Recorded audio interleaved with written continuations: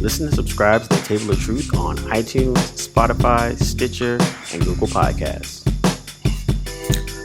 Welcome, everybody, to Blerdlines. This is your man, Cam. With me, as always, is...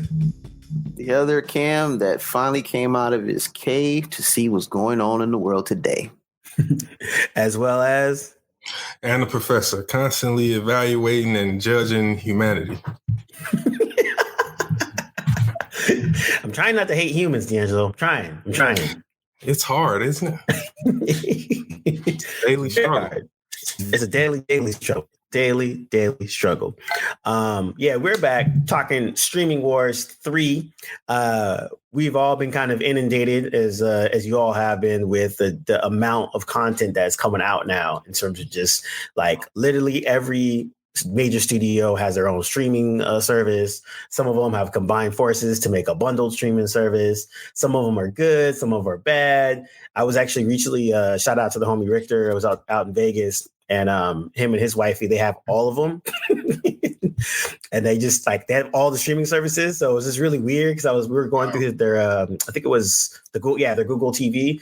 And so because they have most of the streaming services, they can literally just kind of pick whatever show they want to watch, and then that just pops up, regardless of what streaming service is actually connected to. Wow. So it was kind of crazy because I thought about it and I was like, yeah, I guess it still would be about the same amount as old school cable. Cable was at 130, 140 until it slowly started to die. Yeah, and then when they folded start bundling it up to survive. But before that, it was definitely around, I would say most cable packages were around $90 to $115 a month. Yeah, when you added that other stuff in, it became like 130, 140. But it's very interesting that now, because I remember, the fact that we worked in TV, and I remember having conversations with individuals who were saying, "Oh, it's just a fad," and if people were going to continue to stick with cable, and then, or another thing that people would say was that it would all add up to be about the same amount. So what's the point in cord cutting, or the a la carte as I guess, I don't know if that's a pedestrian term or if that's just an industry thing, but it just, now what was predicted has happened, which people have cut the cords and now they can select exactly what they want. And it's not, if you pay that much, if you do get all of them, you'll be right back to where you started with paying for cable. But, now it's good that you could have that option where you're only paying $20 a month, and maybe you have Netflix and, AT&T Go or whatever, DirecTV streaming or whatever it is. Yeah, no, exactly. And it was funny because we were talking at the time, Richard and his wife were basically saying, what 3 would you actually just have if that was the only thing you could do? And I thought about it. And even now, I think I'm only at excusing any pirate wars that we might be out there, not dry snitching on no ones. But I was thinking besides that, I mean, the things I would probably interact the most with, which was funny because I said Netflix, and then I said Discovery Plus because I got to get my food shows in. and then the other third one, I was kind of like, it's a pick 'em, because it's not really anything that I'm like, I feel like I need to have. Like, I don't need Disney Plus or Peacock or any of those other ones. Hulu, maybe, but so how much stuff am I really watching? And, those types of things. And so it was interesting that you have all these options now, but it's like now we have all this quantity, but then the quality is suffering a lot.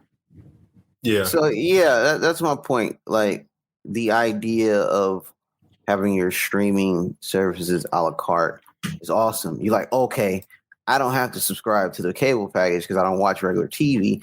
This also goes to the technological advances of having an HD TV. Some of those channels that you're paying for are not in HD quality.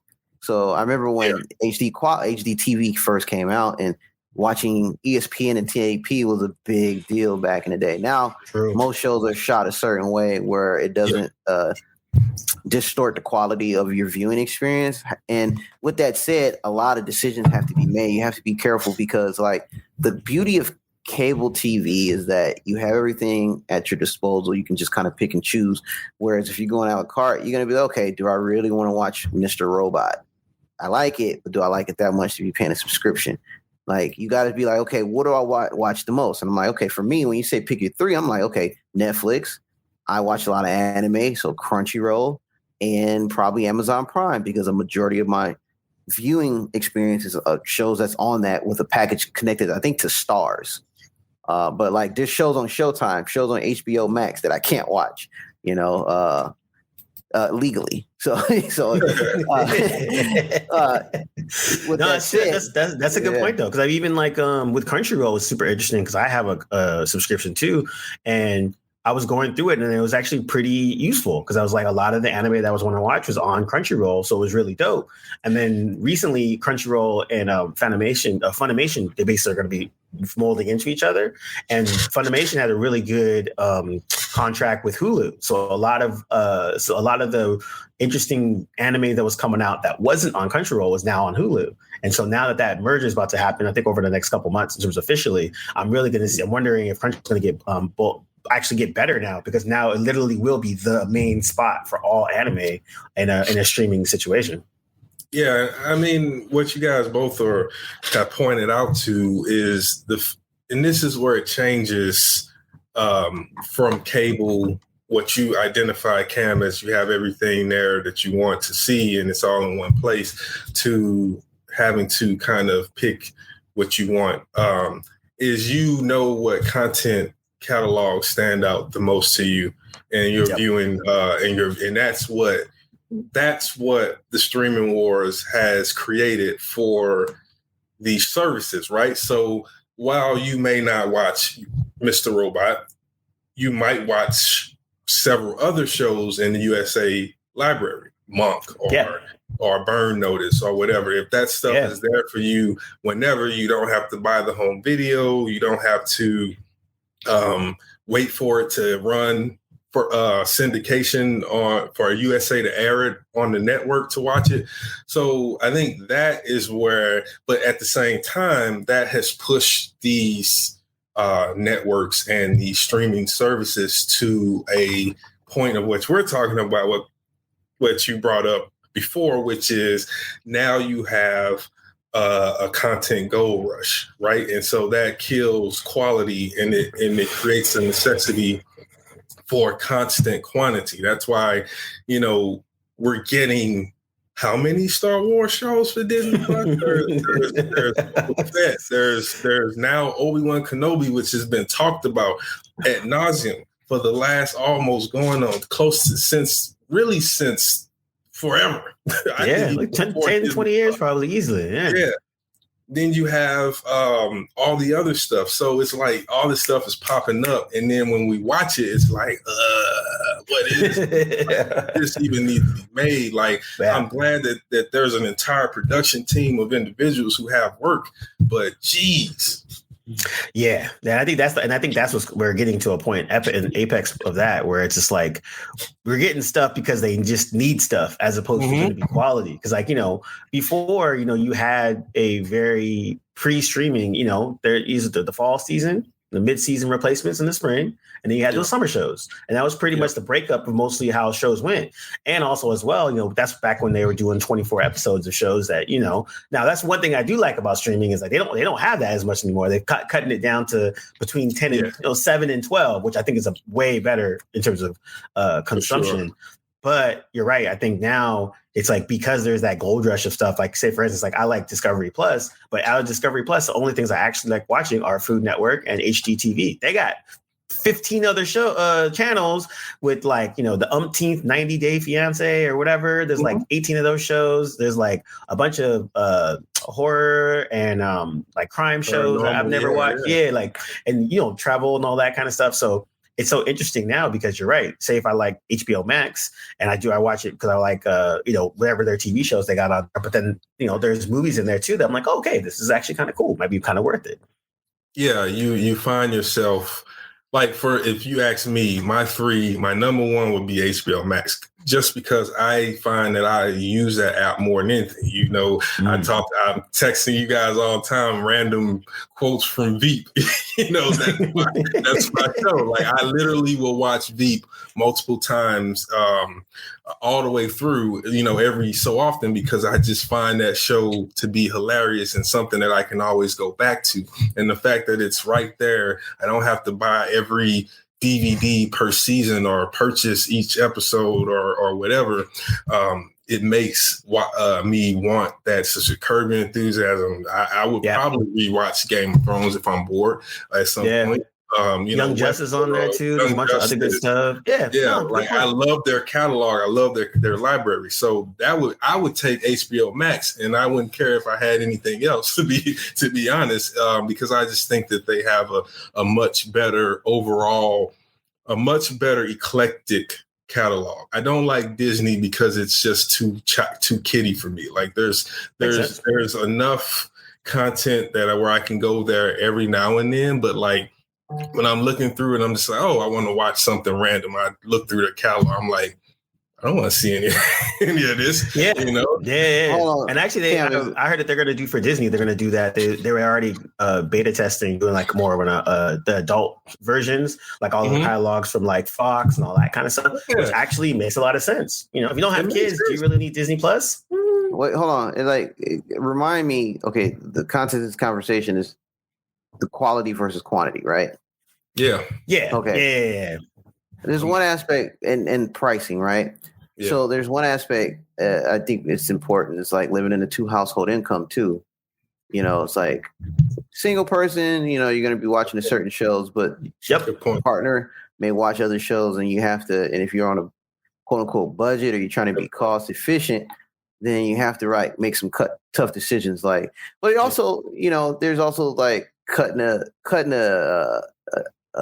streaming service off and waiting till your show comes back on, especially if there's only a few of them. Like, you know, like I watch Snowfall on Hulu and Rami, but when they're off season, there's no reason to keep Hulu.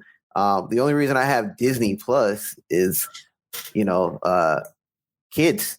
So, funny. My daughter doesn't even watch it, so it's like, all right.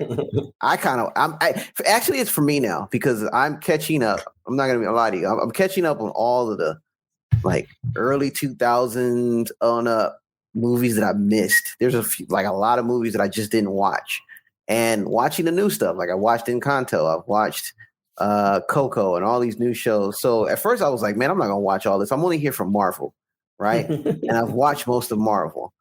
However, they've put some stuff on there that I've caught up on. I'm like, oh, okay, this was actually really cool. Yeah. And so I have this new element, and now I have a reason to keep Disney Plus. Whereas before I was like, I have no reason. I thought the reason was for this, but it actually now I want to have Disney Plus because I'm watching it. So that's actually pretty good. I was thinking that with Amazon too, where it's like Amazon Prime, I use it more for delivery and stuff like that. I wasn't really using the actual service of it. And then I went back and I started to notice they had certain things on there that I hadn't watched in a long time or something that was interesting. And so then I started watching things like Jack Ryan. I started watching The Expanse, which we all talked about that at length. And then I watched Man in the High Castle. And then now, which recently came out, was Reacher. Formerly played by short man Tom Cruise, now played by 6'5", 300 pound Hawk from Titans. But dude is like a wrestler almost. Yo, massive. Well, that's what Reacher was supposed to look like in the book. Exactly. Yeah. So, but it was that's good. The good thing for Amazon is that they're like moving towards like, okay, we're adapting a lot of these novels and we're doing it because like they got the Wheel of Time, they got Lord of the Rings. I haven't watched that yet. Yeah. Lord of the Rings thing's coming up too. Yeah. So it seems like for Amazon, before they were kind of doing a lot of good shows that nobody watched. And then now they're kind of crossing over into good shows that some people are watching. And then now it's slowly becoming like oh, this is something that people are talking about and wanting to go into, because, you really didn't, besides something like this Expanse, which is a sci-fi favorite, but in terms of the larger scale, you're not seeing that many people talk about that. But out of all of them, though, Amazon was the first one to actually win an Oscar for something that was exclusively only on their streaming platform. And so now Netflix in this next Oscars that just got announced, Netflix got nominated for some stuff in more major categories. And now it's going to be really interesting to see if they win, because again, that just gives more credibility to these streaming services. Where like, okay, we can skip those theaters. And Bob Iger was talking about that with COVID. And he's like, how COVID killed movie theaters, which is true. You ain't trying to be in a hot box of freaking disease and it really pushed. What COVID did was prove a contingent of the industry right, which was the future of big cinema is not necessarily going to be in the audience butts in the theaters. Like it's going to include, whether we like it or not, the need for an option to view wherever, whenever, because that's what everything else is. It's like, that's the whole thing with TV everywhere. It's like the whole point is that the tech is moving us to where we don't have to be in the same room with each other. We don't have to be in an audience. Even the WWE, just as a aside, recently experimented with their Thunderdome, which is basically during the entire COVID season, when they couldn't have live audience, there was a virtual audience. It looked freakishly like that episode of Black Mirror. Several episodes of Black Mirror. So yeah, it's getting to that point, and I think that's what Bob Iger, among the things that he's saying is like, COVID just basically took any kind of argument against that, because now you see it works. You see that you can make money off of it, from it, and it doesn't take away from that bottom line of the money being made. So, and then now Netflix can say they have Emmys, maybe Oscars, possibly Golden Globes. They can hit all of those categories from under one umbrella. Crazy. So okay, not from a non-industry look, from the outside in, I don't want to say I don't care, but that won't sway me. Netflix Oscar nominated or winning streaming service, as it shouldn't. Yeah, as it shouldn't. Now, being in the industry, I would be like, okay, that's kind of cool that we can tap in. It feels like a cheat code in a sense, like a loophole in the rules of how you can win an Emmy. But that's neither here nor there. The thing that trips me out is like, okay, at one point, I remember when shelter in place became a thing and theaters were worried that they were going to lose businesses, which they did. It was partly, yes, due to technology advances. Like anybody can make a cheap theater in their room, give you that theater experience or close to it. However, on the flip side, I always think of it like this, man. You like say for instance, you like a certain dessert. Let's say peach cobbler, right? You like peach cobbler. You like to go to a certain place to get your peach cobbler. We all know you can get your peach cobbler at the store and make it at home. But sometimes you like to take that journey to go sit in another establishment, get all those vibes of eating that favorite dish of yours and that nostalgic feeling. And I kind of relate that to going to the movie theater. Certain movies, not every movie needs to be seen in a theater, because like you can just tell from the trailer, you're like, I'm not gonna risk my life and health to go sit in a theater to watch something that really doesn't move me.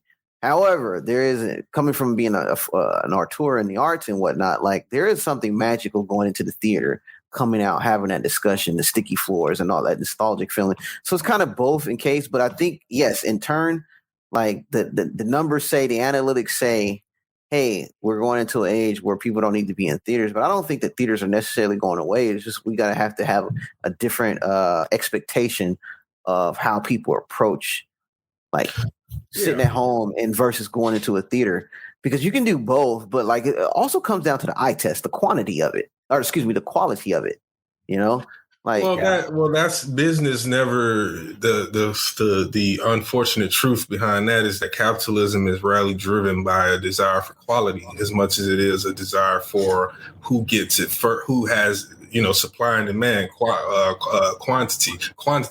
So to your point, theaters won't go away, but they certainly won't be the vehicle for which Hollywood turns to make money.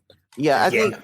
I think and I think that's what it more is now. And I think the most interesting part too, because like, say for instance, when I was living in Southern California, Redlands, California, is a small town, and they had one of those kind of like Alamo Drafthouse style theaters. They're actually one of the first ones in California.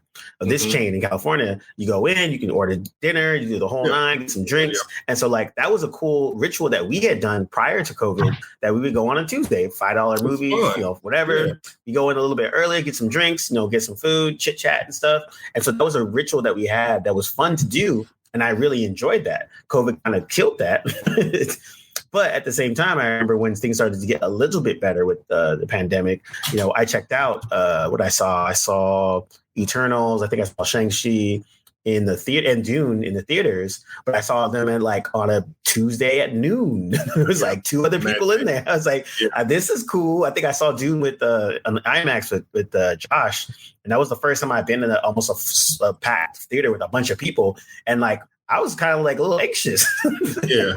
So think about it like this: the studio can make back a good chunk of what is spent from the profits of theaters in New York, LA, and most of the major cities in America, not to mention what they're going to pull in from the international circuit. Now, for those smaller theaters that might average 10 people per screening for the house for the day, they're just going to drop off. They're going to die because they're not, or they're going to have to turn themselves into like an art house theater, something that does retros and things like that in order to, because the studios, they were already hurting smaller theaters by switching from film to digital reels, because after that, the theaters had to switch to digital projection, and that required and there was a lot of small theaters that folded because they simply could not afford to change with the times. So it's just one of those things that's gonna continue to evolve, and you're gonna see remnants of, like you said, still theater going, because I don't think that culture will die, because it's more about certain films. It's more about the overall holistic cinematic experience. The most recent best example is Dune. Dune needs to be seen with 5.1, like the best sound you can get, because the sound design, the mixing, and the way it interacts with the narrative of that film is definitely something that's like peak filmmaking, peak cinema, and again can't be appreciated by watching it on a computer screen or on a 2-channel or whatever. It can't. I will say that to the point of the person that doesn't want to put in the money and time and effort to replicate a theater experience. Yeah, exactly. So I mean, I've been seeing stuff on projector, like the homie Slim has a projector at his place, and good sound too. And it's been fun to like experience something big on, like we were watching, I think, an episode of Boba Fett or something like that. And I was like, oh, this is actually cool. It's a little bit bigger, good sound, whatever, decent sound, whatever. The experience was a lot better. But yeah, you're right. Like I watched Dune on a regular theater first, and then I watched it on IMAX when I was in New York with the sound and everything else. And I was like, whoa, this is epic. I mean, I recently watched it with my surround sound. I was like, holy, like this is on a whole nother level. I didn't experience this for the first time. Yeah, I mean, and we objectively, based on the situation of going on the current state of affairs in the world, is that we can now make a conscientious choice. Like the choice has always been there, but more so than ever, it'd be like, okay, do I really want to go to the theater? Right. Whereas like, I got to go to the theater because this is the only way I'm going to see it.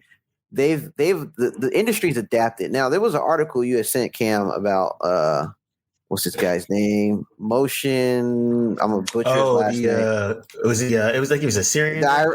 He was an Iranian or filmmaker, and he the title of it is saying cinema is dying because of streaming services. But the key point of that article was he was like, he believed that big business streaming service will hurt the independent filmmaker marketplace, not the big budget. So he was very direct in saying that.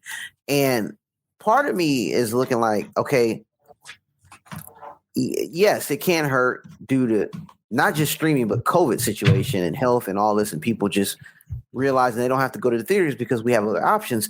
But, you know, on the flip side, you would think, oh, an independent filmmaker that's trying to get his work out there will want to use the power of the streaming services to reach that much more people, especially in a more convenient way. However, the kick is the Iranian filmmaker thinks that he may be what's the word I'm looking for? Won't have the freedom of expression that he would do like at a independent movie house. Like if he's pushing the agenda, maybe these big streaming services like, hey, maybe we want to cut that out, or maybe we want to change this. He's afraid of him getting silenced in a way that probably won't happen in like a movie theater where, you know, it's artistic. You put it out there, let it speak, but it may not reach a wider audience. In truth, that's always been the case, though. There's never been a time where that hasn't been true for truly independent filmmakers.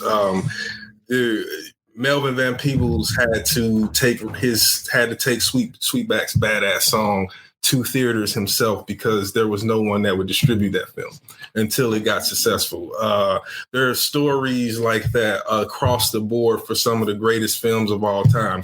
Halloween, John Carpenter had to go back and literally he didn't have music on it, and the woman saw the distributor saw it and was like, this is the worst film I've ever seen. And he went back and he scored it and then took her that same print, but with his new score on it. And she's like, oh my God, this is the best thing I've ever seen. And so, you know, it's more obstacles, man. There's more obstacles. Yeah. I think his worry is only legitimate if he's kind of doubling down and content to steadfast to being just an artist. But as an entrepreneur, you go with what the tools that will best allow you to A, get your work out there, and B, make a profit from it if that's indeed your goal.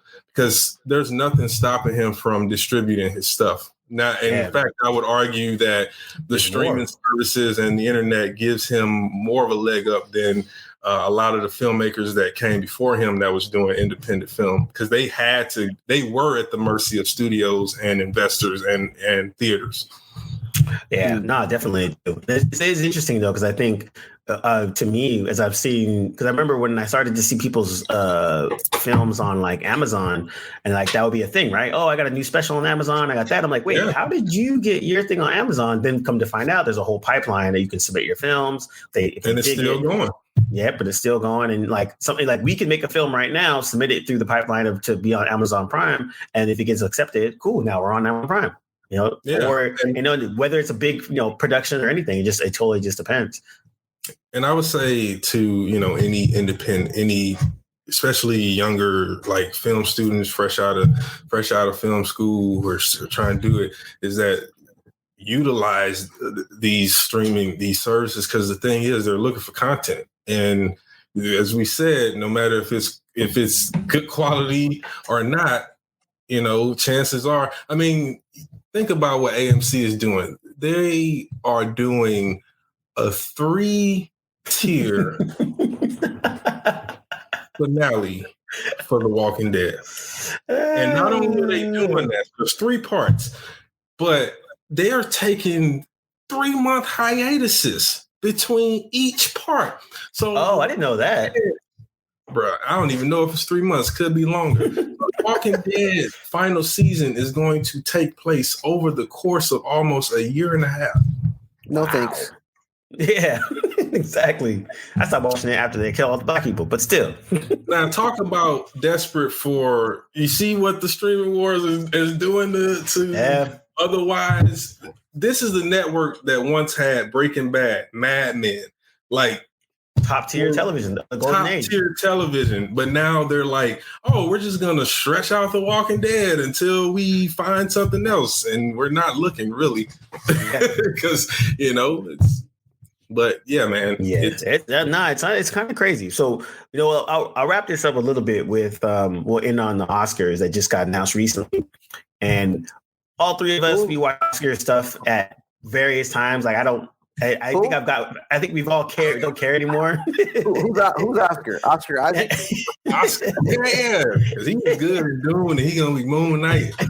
That's my favorite Oscar. It's the Academy of old white people that talk about movies.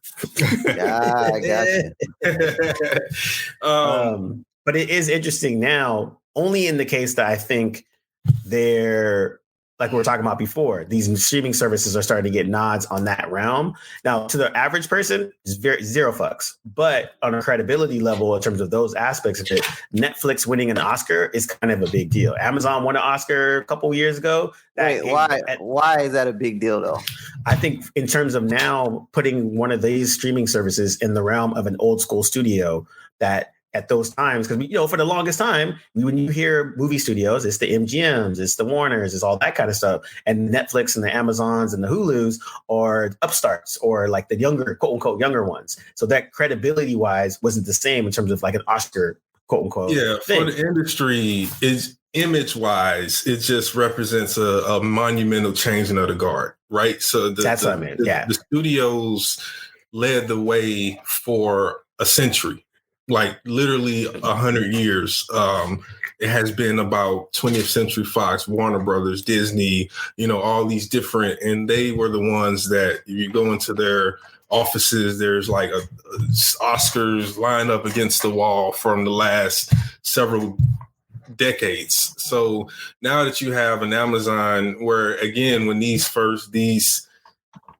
efforts first started, so Amazon first started Amazon Studios and Netflix started doing more film, there was the chatter that, oh, that's just a fad, they're not gonna be successful. Then you got Beast with No Nations, and then you got I forget the one that Amazon won the Oscar for or whatever. And so now it's more consistent, and it's every year that they're producing and they're getting more talent and more bigger names that are working with them and producing content for them.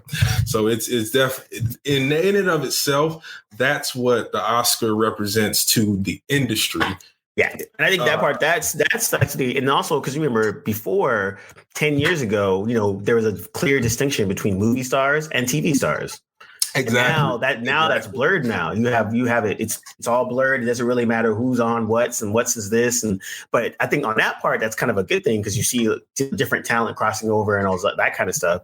But on the other side, then you have these huge blockbuster movies that probably would have done shit in like a theater, but then now they're streaming on Netflix and everyone's like, oh, that was kind of cool. Number one streaming movie for a day or two, like those silly Ryan Reynolds movies that are on Netflix.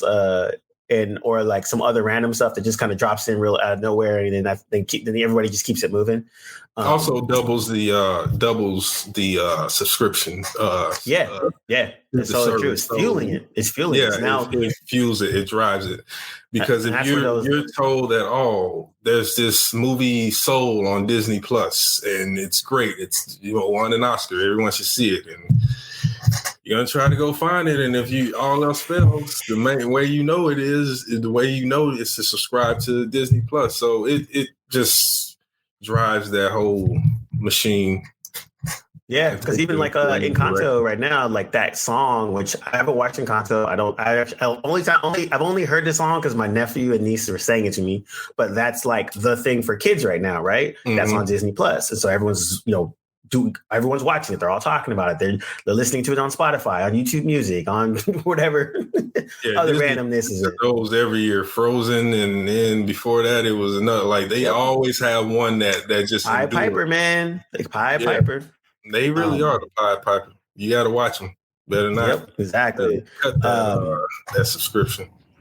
So I'll wrap it up with final words. For me, I would say I recently watched Reacher, and that was actually really, really fun. Like I think I almost missed that level of type of television where it's just like a pretty simple plot, interesting character, good supporting cast, and it was like it was 7 episodes or 8 episodes or something like that. I didn't feel like it was a time waster. I didn't feel like I have to be super involved to watch it, but it was a fun television like thing to enjoy.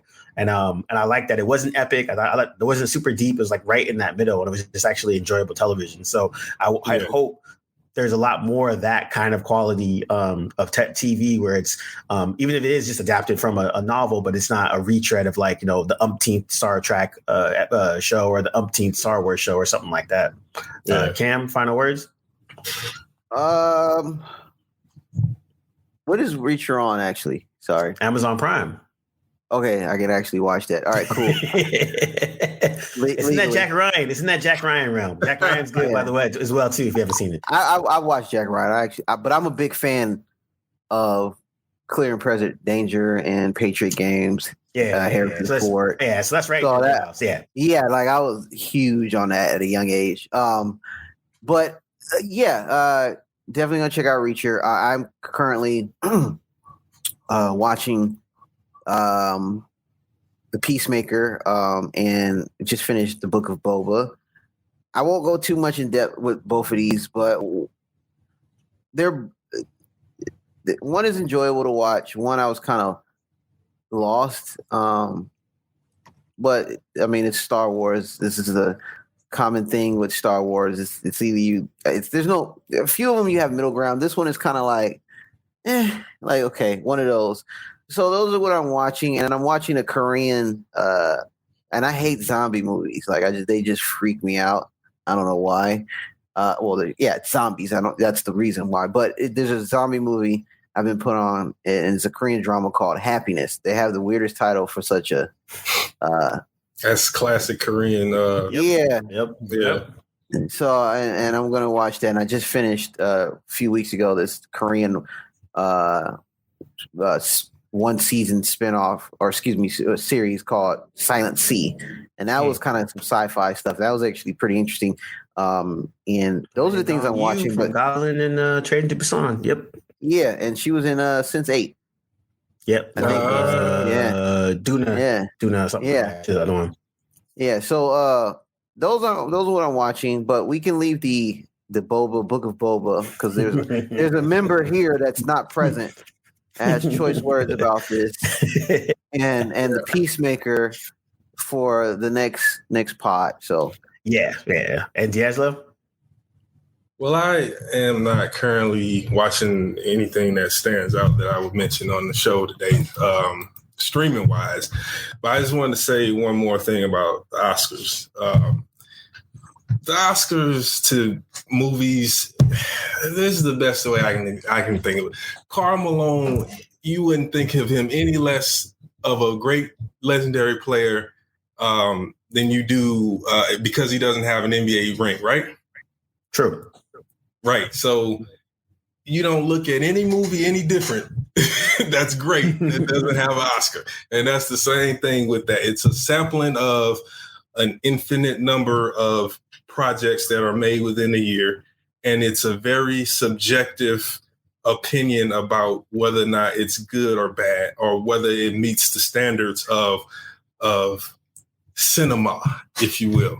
So the Oscars should be taken as serious as, I don't know, the MTV Movie Awards. That's just my opinion. Like you, if Dune had gotten no nominations, that would not have changed my opinion that was probably the best piece of cinema made from last year. Like, if that big budget anyway, it wouldn't have changed anything. So that's why, they were made for that reason, to take a very small sample from the movies of society. It was not, and they're not made for the eyes of pop culture. It's made for artists, academics, and people who basically look at films not just as entertainment. And that built up an elite expectation, a pretentious expectation. But now over the years, that has been crisscrossed with the needs of pop culture, Oscar betting and things like that. And, all of this stuff turns it into something. hosts that have nothing to do with any of the movies that are being made, that are on, comedians and stuff like it became a pop culture spectacle. And the content and the purpose of the award ceremony itself is called the Academy Awards. There's an operative word there, academic. It's not supposed to be for the pedestrian viewer. It's literally it's literature in cinema, or cinema as literature. If literature, cinema, two different things, but supposed to be comparable in an art form. It's about the film form, and that's what over the years, over time, people lost sight of that with the Oscars because of the way that the Oscars are produced and branded. Can I say real quick? One thing about the Oscars, at a time, there was a point at time where the best picture nominated was the best picture winning. There was a time I was like, oh yeah, not to say that every movie that deserved, like Moonlight, like to me, Moonlight when it came out was the best movie of the year, and I've seen a handful of movies, and I've seen most of the ones that were nominated. And then when La La Land won, I was like, what? I was like, all right. But again, to your credit, it wasn't going to take anything away from Moonlight. I was like, hey, I know who the real winner is in my eyes. Moonlight was but Moonlight did win. But there was a time I feel like back in the day, you knew what the best movie, like this movie looks like it's going to win. And usually it won, not all the time for best actor and all that. But I used to think at one point, this is just me in my limited scope of when I used to watch the Oscars back in the day, 80s, early 90s, that the best picture would win, right? Not so much now because there's a lot of politics, but the process of the Oscars has been the same. It hasn't changed. Yeah, but even then, it was highly political. I mean, look at the year that Do the Right Thing was nominated for Best Picture. It lost to Driving Miss Daisy. Yeah, look, again, we also have to take in context of the world we were living in at that time and what. Oh, absolutely. I'm just saying that it hasn't. It's shifted around. To your point, shifted around, changed a lot, but it's also remained a very rigid system for selecting films, and people don't understand that, and they have come to expect it to be almost as inclusive as an MTV Movie Awards or even as a Grammy Awards. The Grammys were very rigid too for a long time before they got dinged because they were trying to exclude hip hop. But it's like you can't exclude an entire category of music. Like, it's like you're trying to say that music has no artful merit when that's not the truth. And it's the same with films. You're looking first at the artfulness of most of the films that's nominated in Oscars make very little money. But, so that's why, to me, it makes sense. Like when people were saying, oh, why isn't Marvel movies nominated and stuff? I'm like, first of all, why would they do that? It's a whole other podcast, people. Why? That's a whole nother one. You're right though. I think that's why it's so interesting when the Oscar stuff. It's more like you look at it and be like, oh, all right. And then, like, say for instance, Questlove's Summer of Soul got nominated, which is cool. It's for what it was a dope situation. I'm glad it's getting the recognition that it is. This will probably put it in the eyes of people that didn't know about it, which is kind of cool. But you're right though. In that respect, it's kind of like all these award shows are kind of the same thing. We have the same graphs with the Grammys and then the Emmys as well. And so you're right. Kind of like what Cam was saying, like who actually cares about it? Right. It's a small subsection of people that actually care about especially if you are so let's take an example music wise, because I'm more up on music than the films. But like the best hip hop album, if you've been listening every year to it tapped in, you'll hear album of the year, a few of them. But what you see nominated is no, that is not that's not the people's choice. Nah, son. Nah. So again, that it holds no merit. And to your credit, D'Angelo, it's like, even if especially nowadays, if such and such doesn't win a Grammy or an Oscar or whatever, we still know the body of work is there. It's like if you take away Michigan's Fab Five titles, we all saw Michigan play. We know the Fab Five. So Exactly. regardless of the banner hangs up or not, we watch, we know, we remember. Reggie And Bush I think none of Heisman those Trophy guys went on to win the NBA championship, but at the same time, they were all great players. They're all legendary players. They played the game at the highest Hall of level, Famers. Yeah. and they're Hall of At Famers. college. Crazy. That ring Crazy. don't. If they had a ring or not had a ring, it does not change that. It does not change it. Nah, that's dope. And that is where we'll leave it. But yeah, we'll be back. We're gonna have a nice little Boba Fett Peacemaker discussion later. It's gonna be we'll have a little bit more guests on for that one. That should be fun. Yeah, man, this is Blerdlines and we are out. Peace. Peace, peace, peace, peace, peace, peace, peace.